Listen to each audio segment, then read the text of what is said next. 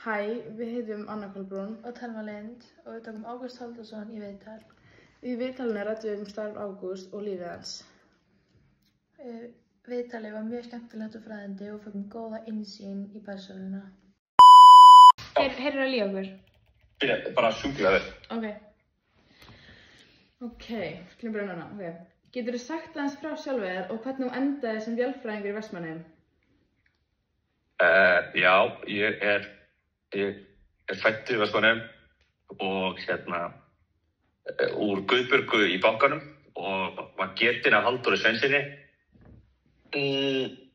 Og ég átt heima allan tímann í Vestmannaeyjum en flutti bara í bæinn til að læra og síðan kom ég tilbaka út að ég ætla að deyja í Vestmannaeyjum líka. Já. Ok, hvað finnst þér mest gefandi við starfið þitt? Það er að vera í burtu frá börnunum mínum og konunum minni í svolítinn tíma. Ok, já. Hvernig er að vinna í Já, og líka, þú veist, síðan að það bara er gaman að vera bara með svona köllum í svona mengi. Þetta er svona svipað eins og maður getur ímyndað sér fyrir svona 10.000 árum þegar menn voru bara að fara stéttir Afríku að veiða saman, þú veist, þið kallar fyrir þig. Þetta er svona svipað tilfinning. Já. Þetta er svona að þú fer aftur í svona kallaformið þitt. Við getum talað eins og við viljum, þú veist, það er ekkert verið að tala eins og fólk heldur um. En þetta er svona öðruvísi starf. Maður er ekki að vinna með kjallingum og það er bara stundum bara fínt. Sumir kallar eru þannig, það er fínt að lausa. Já, ok. Hvernig er að vinna í sjávarútvegi í litlu samfélagi eins og Vestmannaeyjar? Það er bara frábært. Það er bara, þetta er skemmtilegt starf og skemmtileg sjávarútvegi. En það er alltaf að tala illa um mann og allt er að græða og einu að tapa og þetta er bara flott, sko. Og vera svona í þessum armi atvinnulífsins. Ok,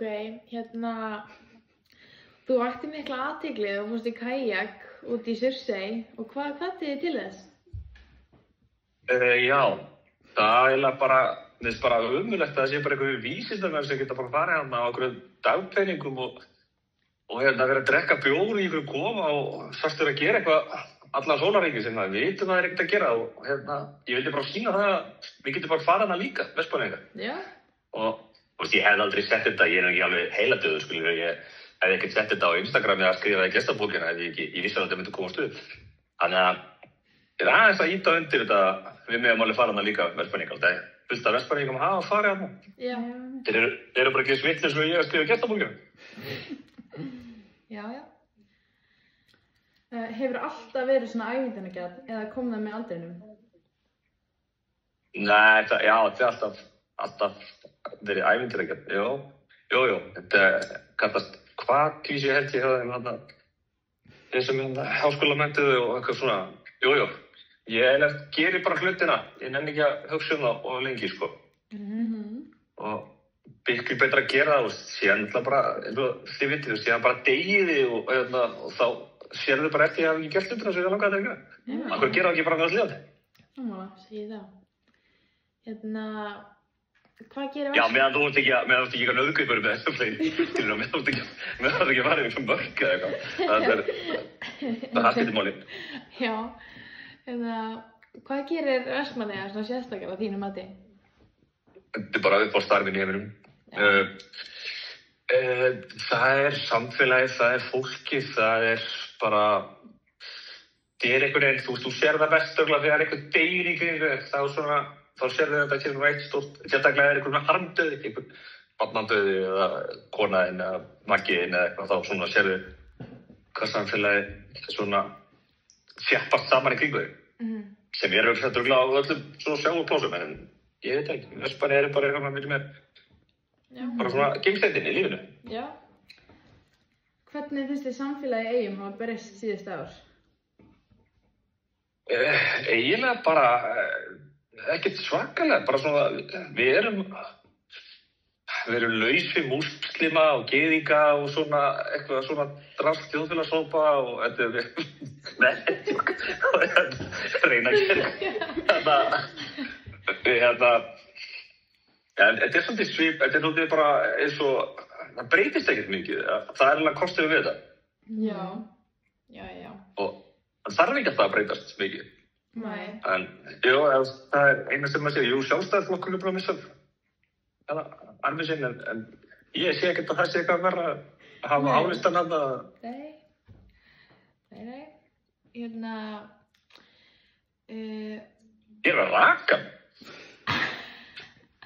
Maður bara frá Kári Kristján, hann Kitty. Hver eru næstu verkefni eða draumar sem þú vilt láta rætast? Herri, næstu verkefni, tíðan þingið á góðu tíma.